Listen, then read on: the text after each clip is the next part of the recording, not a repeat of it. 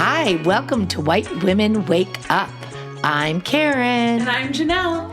We're here to challenge cultural norms, unpack our privilege, and foster empathy through raw, intergenerational conversations.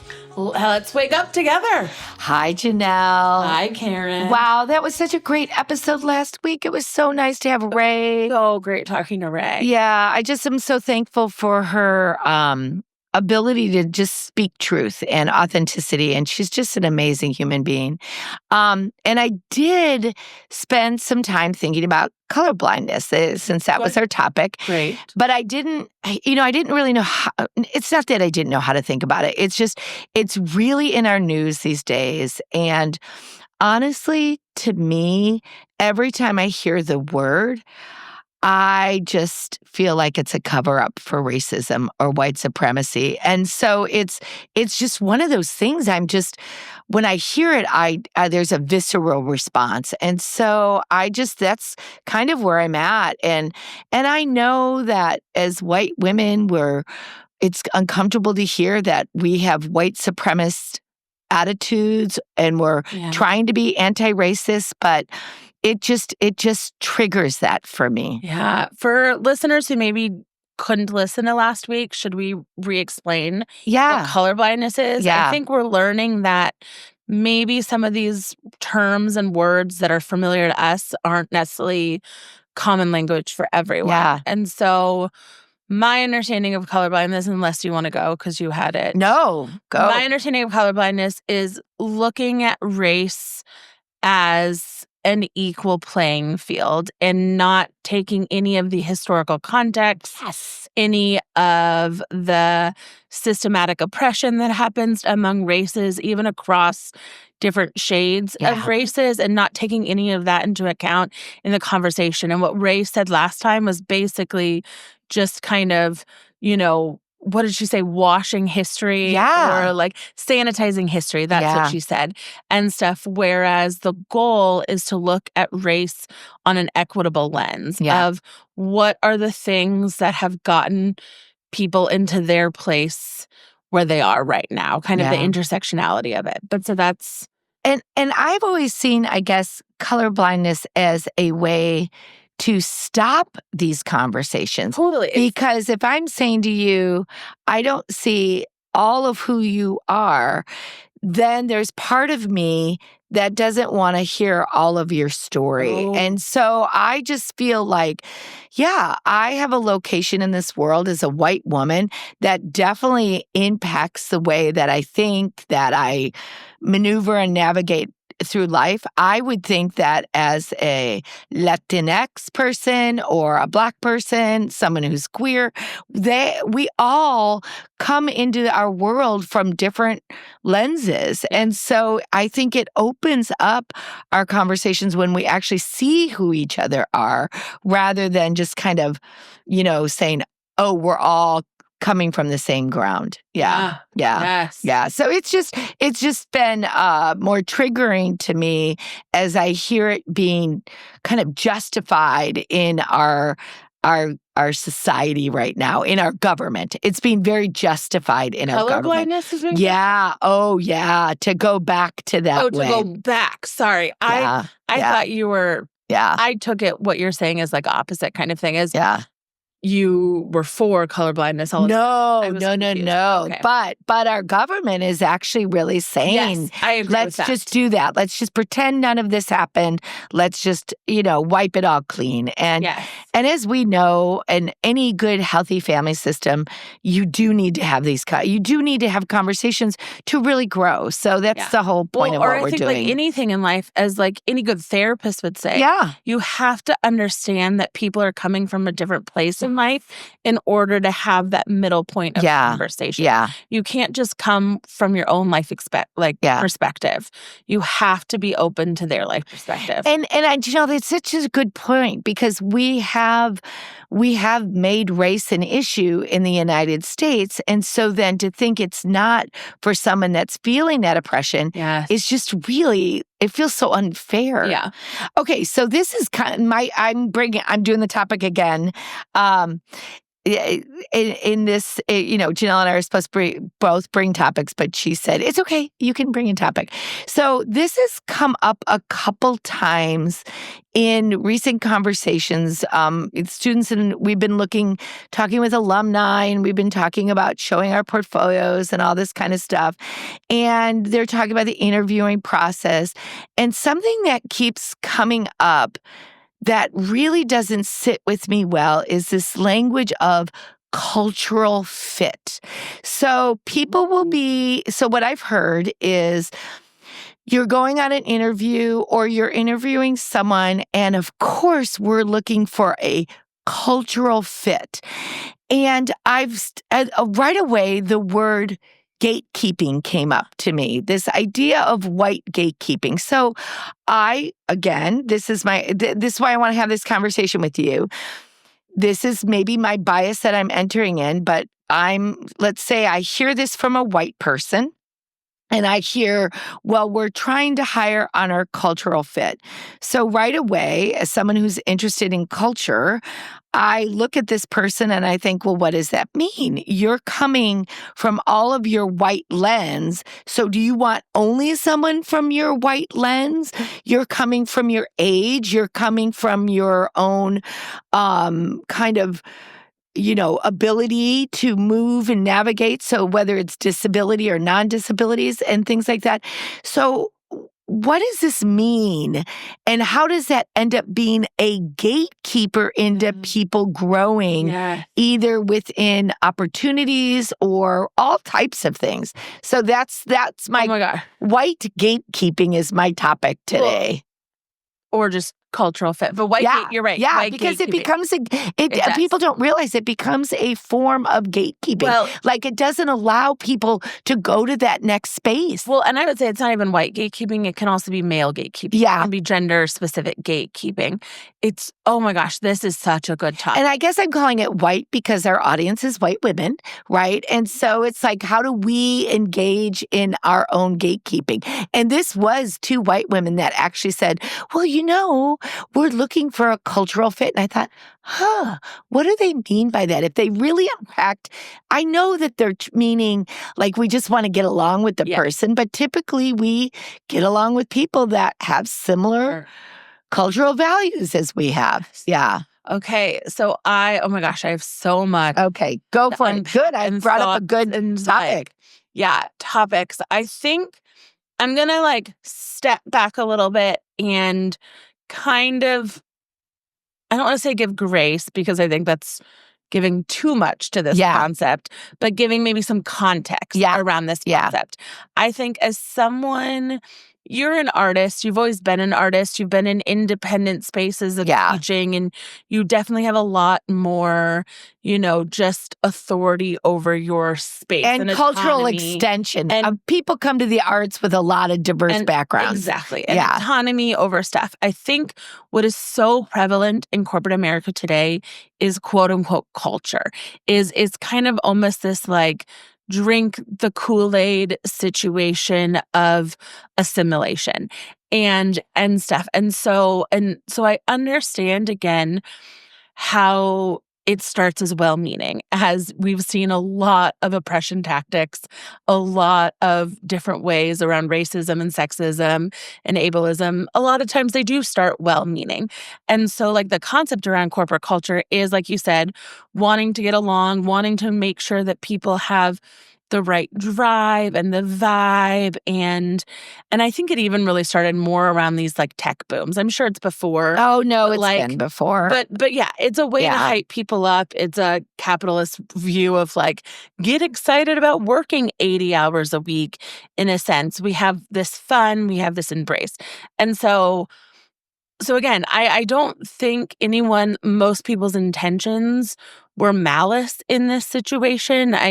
But going back to your point, it is gatekeeping that we don't recognize. It's another form of how we have asked people to assimilate for our greater good. And again, and we can look at it, there's going to be so many people look at it different lenses of like, yeah, but you're in a working environment. We need to know that people have the skill sets for that, or they have the temperament for this, or like you said, I enjoy working with them. And I think at the core, people don't understand that skill sets and camaraderie can be two separate things. Like, you don't constantly need to have to want to go get a drink with your coworkers after work to be skilled and qualified for a Yeah. role. And I think we've continually put the emphasis on that. So it sounds like it's a positive spin. But Yeah. again, to your point, I think bottom line, it is just gatekeeping. Yeah.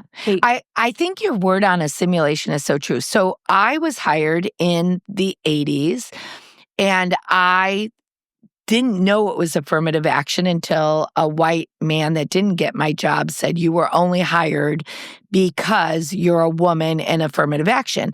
And I was totally offended by that, because I definitely felt like I was qualified, and I know I was qualified. I was a good designer. But one of the things in the 80s was very prevalent was this language of assimilation. It didn't even occur to me to bring my white female side into this, well, white female side, white is funny, but into this very male-dominated space. It was my job to become like them. And so I think one of the things that's been so exciting about your generation is this, hey, we're all in it together. You don't need to become like me. I really care about who you are, and you can be an individual, and you don't need to change your ways to be like me. Okay, so this is what I hear from your generation. And yet, at the same time, I'm hearing your generation also say, but I only want to hire people like me. Well, and I don't want to put it just on my generation, because to be honest, Well, yeah, your yeah. boomer generation is still making a lot of decisions. In the Well, we just hit it under the language of assimilation. Yeah. Well, we just said, okay, we're going to hire you, but you still have to be like us. And so we spent all this time being like the person that hired us. Yeah. Your generation, in effect, is funny, because they're saying, no, we want you to be yourself, but we're just not going to hire you. Well, and I would agree. Because you're not fitting in our culture. I agree and disagree. I don't want to like make it a generational war, because Okay. I would actually argue that that is more Gen X's perspective. Yeah. And they're the ones hiring that. Millennials more millennials are still actually for truly like diverse workspaces. Yeah. Millennials are much more, it's Gen X and boomers who are much more leaning towards return to work, who are leaning towards these like assimilated sections. So I would kind of disagree that it's the millennials doing the white gatekeeping. I mean, I'm sure there are plenty of millennials out there. I think it's a slightly older generations who are still doing that. So let's unpack what we think white gatekeeping is. And so what we think, like if I'm using the word cultural fit, white gatekeeping, what do we think that means? What do we think that means? Well, in my mind, and maybe you saw my tension around generations. Yeah. I don't think it's a generational thing. I think, to your point, I think it's more of a white male thing, or I think, and just a white and male thing. Actually, when I did the research, it kept pointing to white females. Well, that makes that that makes white females. And one of the things that in the research it said is that because white females, we talked about this whole feminist thing with women getting work and going up the corporate ladder, and part of going up that corporate ladder is because they may have been one of the first going up the corporate ladder, they assimilated. Then their goal, not the goal, but, subconsciously maybe, they then said, whoever is underneath me needs to also assimilate. Yeah. And so it's just been kind of a bad cultural thing all the way along. And then when someone's not a cultural fit, we also use that as a way to fire people like, hey, we were glad you came on board, but it's just not a cultural fit. So what is that? What does that really mean?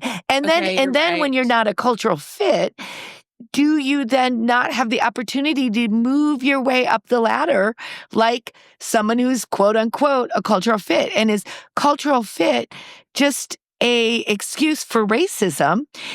Because we know getting up the ladder is kind of a white patriarchal system, right? Well, I don't know. Well, I mean, I think it's an excuse for racism, sexism, and ableism. Yeah. I mean, I think it's the combination. Even though you're right, I do think white females, that makes total sense that white females are the bigger. Well, I don't know if they're the bigger, but they're definitely a perpetrator of it. Yeah, they're definitely the larger part of that system. Well, and it makes sense because we as white females are, as you said, with feminism, we are taught not to, like, even though we say sisterhood, join together, we're still taught survival of the fittest. Yeah. We're still taught climb over others to support yourself. And you'll see it time and time again where, like, females in the workforce push each other, and where men are actually, a lot of men are more willing to support because they don't feel threatened in their place in the workforce, where women do. So that is interesting, that language of threatened. So unless you do what I say, I'm not going to be able to have a good team.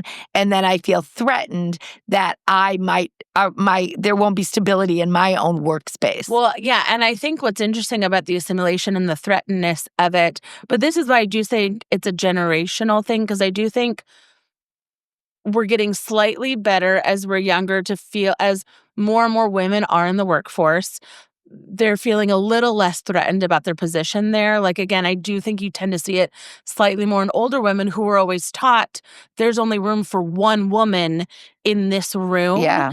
And so because of that, you either need to assimilate like me and do the work, or I see you as a threat because you're going to take my spot as the one woman in the room. Well, it's funny because the word cultural fit came from 20-something white women. Well, yeah. So one of the things, So one of the things that are just today, it's like you found all the things that you knew I was going to be like, no, millennials are great. Millennials are progressive. Well, I think the thing is, maybe it goes back to language again, and goes back to, like, I don't think the intention is to not bring people up and along. I would definitely say that your generation, what I've seen is there is a desire for diversity. There is a desire to have a community that is not necessarily the same. Yeah. And yet, when I hear that word cultural fit, what does that mean? What is the normative of that culture? And so I guess I want to test us on that. Are we becoming gatekeepers when we use that language? And so what does it mean to be a gatekeeper? What does it mean to be? So when I think about my own space of cultural fit, for example, I know I want people to hear me and say, I'm great. They don't argue. They don't test my position. They go along with my position. It makes my advancement in some ways easier, right?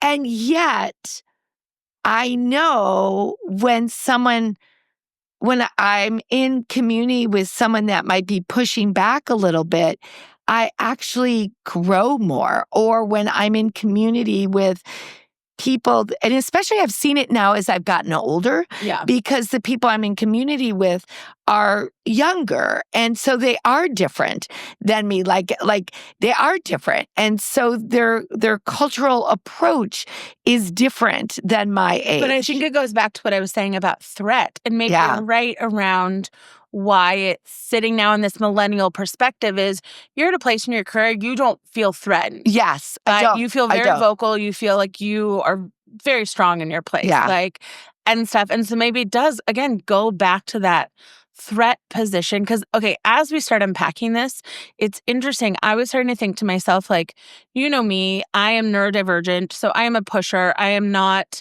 was always an oddball in corporate America, and it helped me skyrocket in some places, and it helped me fail in other places. Yeah. And so I think because of that, I was always conscious about, I wanted diverse perspectives on my team, but I also wanted to support and baby people who were different so they didn't have the same like hardships I had, kind of thing. Yeah. That makes Yeah. sense. But what's so interesting about that is you're right. Like then as I started to get older, like the hardship of some of that, like trying to protect them from hardship, trying to protect them from threat is made me start unpacking that you're right. It's all about threat in the corporate space. Yeah. Is why we start. So whether I feel like I'm protecting them from threat or other people feel like they're protecting themselves from threat, it again is going back to this like fear space Yeah. that we're living in because we don't have a secure spot. Like we still Yeah. don't feel Yeah. secure in our positioning. Well, and honestly, when you think about even the language of gatekeeping, it's like, I'm not going to let you in because you're a threat, or Yes. I'm not going to, there is that like in, out, in, out, in, Yeah. out, there's a fear. And it's interesting because as we go along, I guess when I heard that word, I've heard it a couple times recently, cultural fit, I thought, but isn't our job to learn different cultures?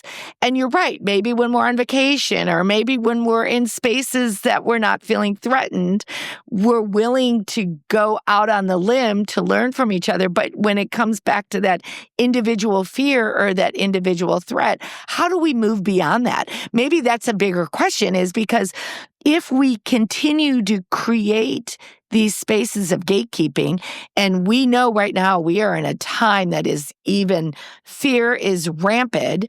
And if we know that we're really going to try, I want to be on this journey.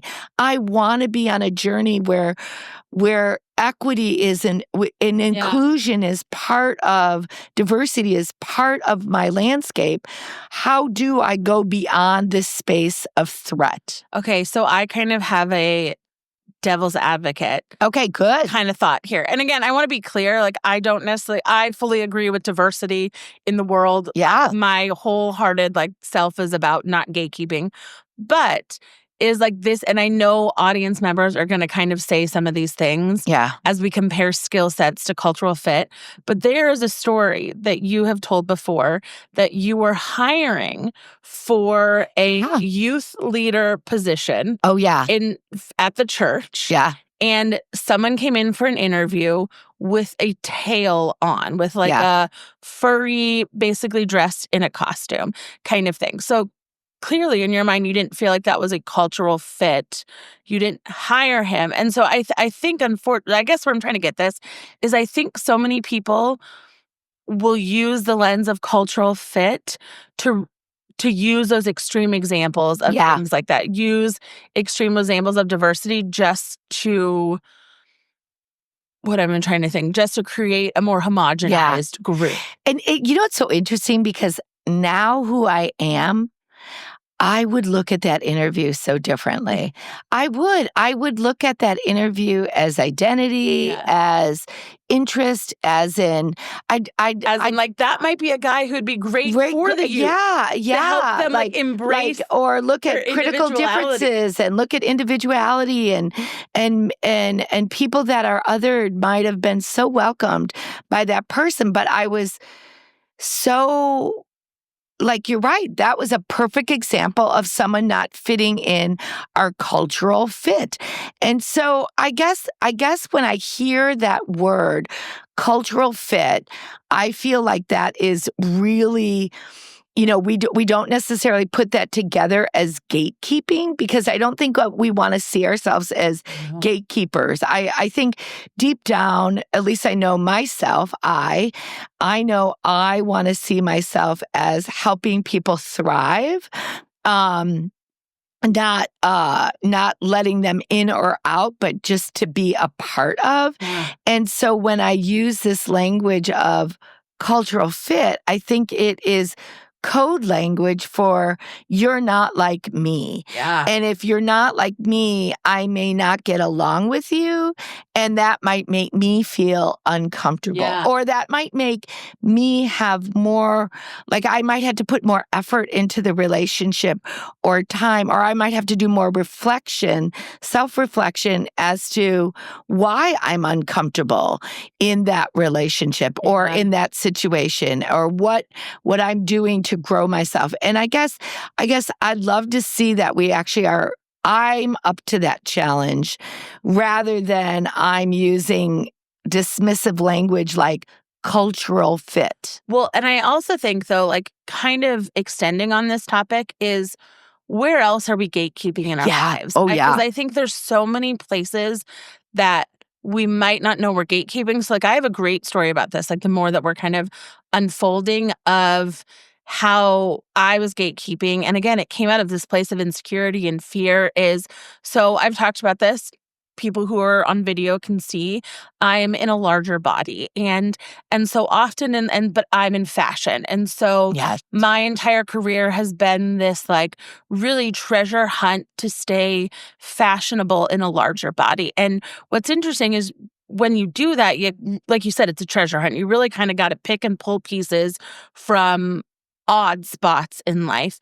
And so I remember there was a moment where there was actually a previous therapist of mine. She had a daughter who was in a bigger body and who was struggling to find like her fit and fashion. And she kind of asked me like, "Oh, well, where do you get your clothes?" And I always hated that question because it always felt othering to me. Like, "Oh, you're an other. Where do you get your stuff?" And I now know because I'm confident and secure in myself, it's a compliment. It's like, you know, I'm beating the odds that society doesn't want me to look fashionable kind of thing. But at the time, I remember saying exactly anthropology. And anthropology is true because because I am shorter in a bigger body, I'm able to take stretchy fabrics. And now anthropology is plus size, so it's not an issue. But at the time, it didn't. But her daughter was taller and plus size. And so I guess what I'm trying to say, it was still a gatekeeping to this woman who was just looking for some help and connection around things. But because I was embarrassed by myself because society had othered me, I was gatekeeping my secrets from her too. Oh my gosh, that's huge. So it's something that saddened me a lot in life because they also say it's this like, the new trend is like pick me energy, pick me girl, when someone will be like, "Oh, cute top." And then you just respond with thanks. You don't respond like where you got it from. Whereas like the true like girl's girl will tell you, "Oh my God, thanks. I got it for $2 from, you know, wherever, Old Navy sale rack." And so that's just kind of sat with me around like, again, where are we gatekeeping? That's separating ourselves as women. And that feels like such a silly example, but that is such an example of where I felt threatened by society. And so I separated myself from womanhood, from my sisterhood of like embracing another female to uplift both of us. And so. Well, and I think it's so interesting because what you're talking about is really vulnerability, right? And being vulnerable. And I have to say, one of the things that I'm challenged by is people that are extremely vulnerable in front of me, because that means, am I supposed to be vulnerable? And so it's just really interesting, like how we are not letting each other be authentic. And then it goes back to listening, doesn't it? It goes back to being willing to just sit in conversations and say, "Oh, this is who you are. Can we work on this together?" Or sit in our discomfort. In our discomfort. Over and over again, discomfort cycle. Sit in like vulnerable is being about being discomfort. It's like they said, you're not even need to be vulnerable, but like me being vulnerable it's like a trust that like you're not going to step on my vulnerability. And I have to be in a place that's not threatened in order to be that vulnerable. So what's interesting, this is so interesting. And I know we're got to wrap it up because it's almost time, but in a place where we are so riddled by fear right now in our society, this desire to hold up and be less vulnerable is really strong. So we gotta just fight that, don't we? So anyways, it was an interesting topic. This is what we're doing. I really want to encourage, I guess, for homework, maybe, Jonelle, just your story of gatekeeping, because I think it is this kind of internal, like where are we not allowing people to thrive and move up and move up? Yeah. And Or move like up. other silly examples would be like if you're Or lift up. Yeah, if like silly examples I can think of, like if you're an amazing chef, but like secretly you use shortcuts, and so people ask for a recipe, and you're like, oh, I just whipped it up. Like there's so many ways in society that white women were taught to be poised, put together, easy, breezy, fresh, that we do gatekeep from our peers because we don't want to show them our vulnerability. Yeah. We want to show them that, oh, actually, this took effort and time and thought. We want to show that, oh, we're carefree. We got this. We can. And gatekeeping is really this is a bigger topic. I mean, I took it more from the language of hiring and moving up, but I can see what you're saying. It's just gatekeeping from ourselves and gatekeeping from other people. Really, other women. I think it's women among women gatekeeping. Yeah. We can gatekeep from the men. That's fine. Yeah. But no. Yeah.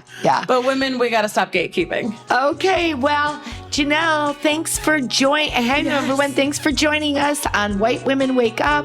We hope today's conversation sparked reflection and inspired you to engage with the world in new, more thoughtful ways. Thank you. Stay curious, be open, and keep waking up. Have a great week. Don't forget to subscribe. Please subscribe. Yeah. We'd love to hear from you. Love to hear from you. Bye. Bye.